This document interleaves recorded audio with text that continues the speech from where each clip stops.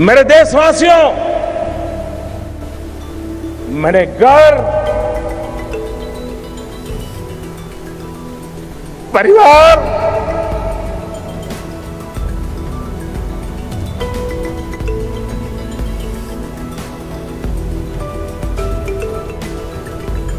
सब कुछ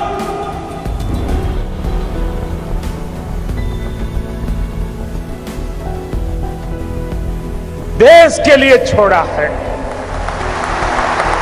पीएम मोदी के जीवन से जुड़ी सबसे पहली दिल छू लेने वाली कहानी है साल 2015 की।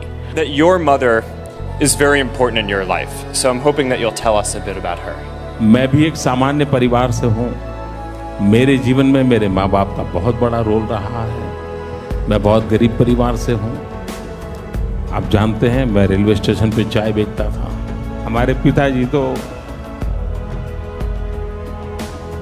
रहे नहीं है। जब उन्होंने अपने मां के संघर्ष की बात की। माता जी है, 90 साल से भी ज्यादा उम्र है, आज भी अपने सारे काम खुद करती हैं। पढ़ी लिखी नहीं है, लेकिन टीवी के कारण उनको समाचारों का पता रहता है, दुनिया क्या चल रही है, और न कुछ पता नहीं था। दरअसल नरेंद्र मोदी फेसबुक के ऑफिस गए थे और मार्क जुकरबर्ग ने उनसे कहा था कि हम सभी जानते हैं कि आपका परिवार आपके जीवन का एक अभिन्न हिस्सा है, तो क्या आप उनके बारे में कुछ बताना चाहेंगे? अब जब हम छोटे थे तो हमारा गुजारा करने के लिए वे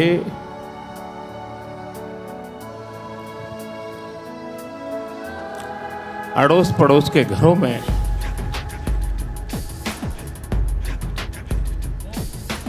बर्तन साफ करना,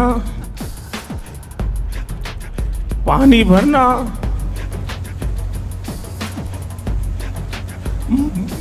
मजदूरी करना। तभी नरेंद्र मोदी ने कहा कि मैं बहुत ही सामान्य परिवार से हूं। पिता तो अब नहीं रहे, माताजी हैं, 90 साल से भी ज्यादा उम्र है, आज भी अपने सारे काम खुद करती हैं, पढ़ी लिखी नहीं है, लेकिन टीवी में समाचार सुनती हैं। और जब हम छोटे थे तो हमारा गुजारा करने के लिए वो पड़ोस के घरों में बर्तन साफ करना, पानी भरना, मजदूरी करना जैसे काम करती थी। ये बताते हुए वो इतने भावुक हो गए थे कि उनकी आंखों से आंसू छलक गए थे। आगे उन्होंने कहा कि आप कल्पना कर सकते हैं कि एक मां ने अपने बच्चों को बड़ा करने के लिए कितना कष्ट उठाया होगा। और ये सिर्फ नरेंद्र मोदी के केस में नहीं है, बल्कि भारत में ऐसी लाखों माताएं हैं। इसी बात से आप अंदाजा लगा सकते हैं कि उनका बचपन कितना ज्यादा संघर्ष से भरा होगा।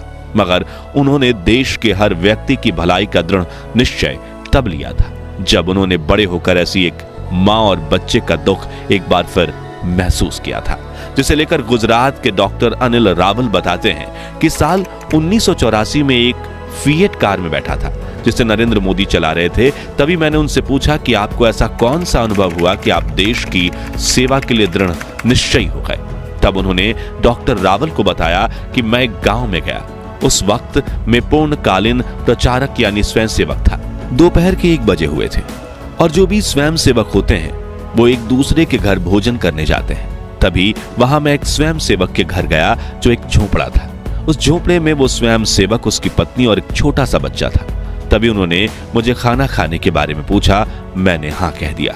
उनकी रसोई तो छोटी और खाली थी, लेकिन दिल बड़ा था, इसलिए उन्होंने मुझे एक ऊबड़ खाबड़ थाली में आधी बाजरी की रोटी और एक छोटी सी कटोरी में दूध परोसा। उस वक्त सामने मां की गोद में वो बच्चा बैठा हुआ था जिसकी नजर उस दूध की कटोरी पर टिकी हुई थी। तभी मैं समझ गया कि वो दूध उस बच्चे का है जो मुझे परोसा गया है। मैंने कहा कि मैं बाहर नाश्ता करके आया हूं, इसलिए मुझे रोटी का चौथा हिस्सा दे दो। वो आधा टुकड़ा मैं पानी के साथ खाने लगा, जिसके बाद उस मां ने दूध की कटोरी अपने बच्चे को दे दी और वो बच्चा एक घूंट में पूरा दूध पी गया।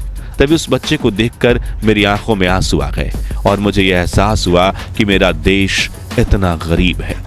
यहाँ कुछ लोगों के पास तो पेट भरने के लिए खाना तक नहीं है।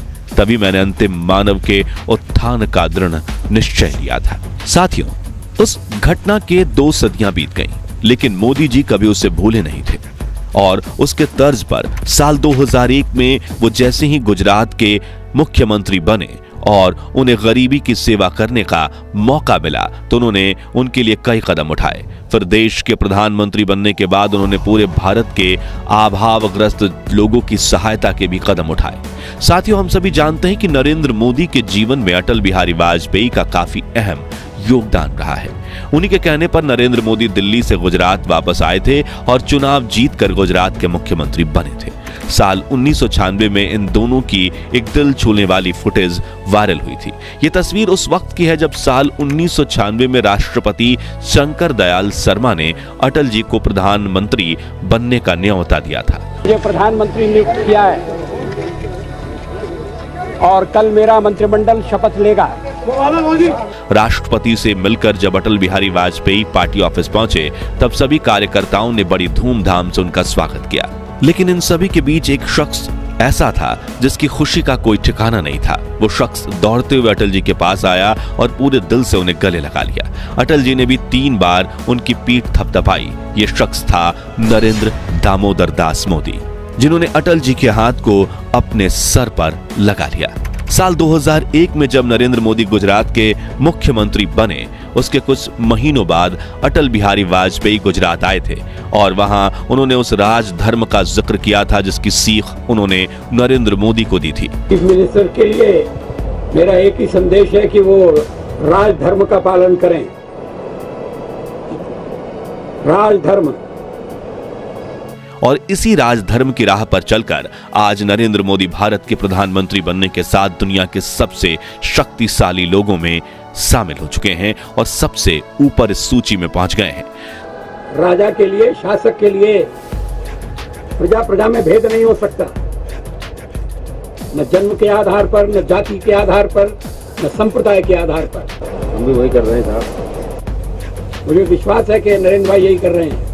साल 2014 में जब नरेंद्र मोदी पहली बार भारत के प्रधानमंत्री बने थे तब भी उन्होंने संसद भवन में कदम रखते ही पहली बार अटल जी को ही याद किया था और उनकी तबीयत के बारे में बात करते हुए नरेंद्र मोदी की आंखों में आंसू आ गए थे।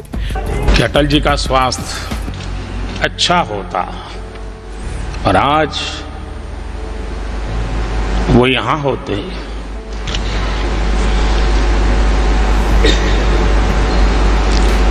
तो सोने में सुहागा होता। 16 अगस्त 2018 के दिन जब 93 साल की उम्र में अटल बिहारी वाजपेयी जी का दुखद निधन हुआ, तब उनकी अंतिम यात्रा का हिस्सा बनने के दौरान भी पीएम मोदी की आंखों में आंसू भर आए थे। जिसके बाद उन्होंने उन्हें याद करते हुए एक स्पीच में पीएम मोदी ने कहा था कि अटल जी मेरे पिता समान थे, आप भी सुनिए। मेरे लिए तो अटल जी का जाना पिता तुल्य संरक्षक का साया सिर से उठने जैसा है। आदरणीय अटल बिहारी वाजपेयी जी जो आज चुप हो गए हैं। मई 2014 में जब नरेंद्र मोदी ने प्रधानमंत्री बनकर सदियों से देश पर राज कर रही कांग्रेस सरकार का तख्ता पलट दिया था, तब भी एक सभा के दौरान आडवाणी जी ने कहा था कि नरेंद्र भाई ने भाजपा का हिस्सा बनकर कृपा की है, जिसका उत्तर देते हुए पीएम मोदी के आंसू छलक आए थे। आडवाणी जी ने एक शब्द प्रयोग किया, मैं आडवाणी जी से प्रार्थना करता हूं वो शब्द उपयोग न करें। उन्होंने कहा नरेंद्र भाई ने कृपा की।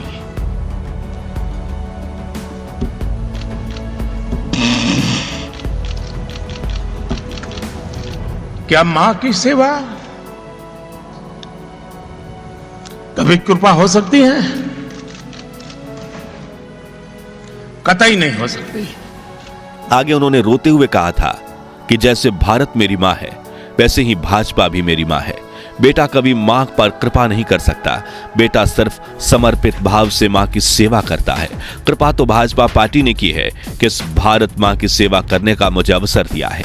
पीएम मोदी के साथ काम करने वाले बताते हैं कि वो अपने आसपास के छोटे से बड़े हर व्यक्ति की इज्जत करते हैं, कभी किसी से तू तड़ाक में बात नहीं करते और उनका व्यक्तित्व इतना प्रभावशाली है कि उनके साथ काम करने वाले हर व्यक्ति के चेहरे पर हमेशा मुस्कान बनी रहती है। लेकिन कई बार जब नरेंद्र मोदी जी को अपना संघर्ष याद आता है तो उनकी आंखों में आंसू भर आते हैं। ठीक वैसे ही नवंबर 2006 में नोटबंदी के बाद जब वो गोवा कि एक सभा में गए थे तो उन्होंने बेहद ही नर्म अंदाज में अपना दुख बताया था, जो सुनकर आपकी भी आंखें भर आएंगी। मेरे देशवासियों, मैंने घर, परिवार, सब कुछ देश के लिए छोड़ा है। आखिर में दोस्तों, अब एक ऐसी अनसुनी कहानी की बात करते हैं जो आपको अंदर तक झकझोर कर रख देगी और प्राइम मिनिस्टर नरेंद्र मोदी के लिए आपकी रिस्पेक्ट और बढ़ जाएगी। तो कुछ समय पहले पीएम मोदी एक लाइव इवेंट का हिस्सा बने थे, जिसमें एक देवी अपनी कहानी बताती हैं कि साल 2011 में मुझे पैरालिसिस हुआ था, मेरा हॉस्पिटल में इलाज चल रहा था, दवाइयां बहुत महंगी आती थी, घर चलाना बहुत मुश्किल हो गया था, मेरी दवाइयां 5,000 रुपए की आती थी। फिर आपके द्वारा मुझे जन औषधि दवाइयां मिली, जिससे जो दवाइयां मैं 5,000 में खरीदती थी अब वह सिर्फ 1,500 रुपए में मिलती हैं, जिससे वो जो 3,000 मुझे मिलता है उसी से मैं अपना खर्चा और फल फ्रूट खाती हूँ। जिसके बाद उन्होंने जो कहा वो सुनकर मोदी जी का भी मन भर गया। मोदी जी, मैंने ईश्वर को तो नहीं देखा, लेकिन मैंने आपको ईश्वर के रूप में देखा है। आपको बहुत बहुत धन्यवाद। जी हाँ, उन्होंने कहा कि मैंने ईश्वर को तो नहीं देखा, लेकिन मोदी जी, मैंने ईश्वर के रूप में आपको देखा है। साथियों, आंकड़े बताते हैं कि नरेंद्र मोदी की सरकार की जन औषधि केंद्र की तरह ही कई ऐसी स्कीम्स है जिससे देश के काफी लोगों को फायदा हुआ है और वो अपने जीवन में पीएम मोदी को काफी अहम दर्जा देते हैं। न मैं आंख झुका के बात करूंगा, न मैं आंख उठा के बात करूंगा, मैं आंख मिला के बात करूंगा। नरेंद्र दामोदर दास मोदी दुनिया के सबसे शक्तिशाली लीडर्स में से एक माने जाते हैं, जिनकी एक आवाज से पूरा देश एक्शन मोड में आ जाता है, जिनका व्यक्तित्व इतना प्रभावशाली है कि देखकर हमारे रोंगटे ही खड़े हो जाते हैं। शायद उनके दिल में इतनी सच्चाई है कि वो देश के हर इंसान का दर्द महसूस कर सकते हैं। पीएम मोदी से जुड़ी अनसुनी कहानियों पर हमारे पार्ट 1 और पार्ट 2 को आपने बहुत ज्यादा प्यार दिया, जिसके लिए दिल से धन्यवाद। और आज पार्ट 3 हम उनके व्यक्तित्व से जुड़ी कुछ ऐसी ही अनसुनी बातों को सुन रहे थे जो भी शायद आपको पसंद आई होंगी। तो दोस्तों, क्या आप चाहते हैं कि हम पीएम नरेंद्र मोदी की जीवनी का पार्ट 4 भी बनाएं? अगर हाँ, तो कमेंट बॉक्स में नेक्स्ट पार्ट लिखने के साथ ही वीडियो को लाइक और शेयर जरूर कीजिएगा।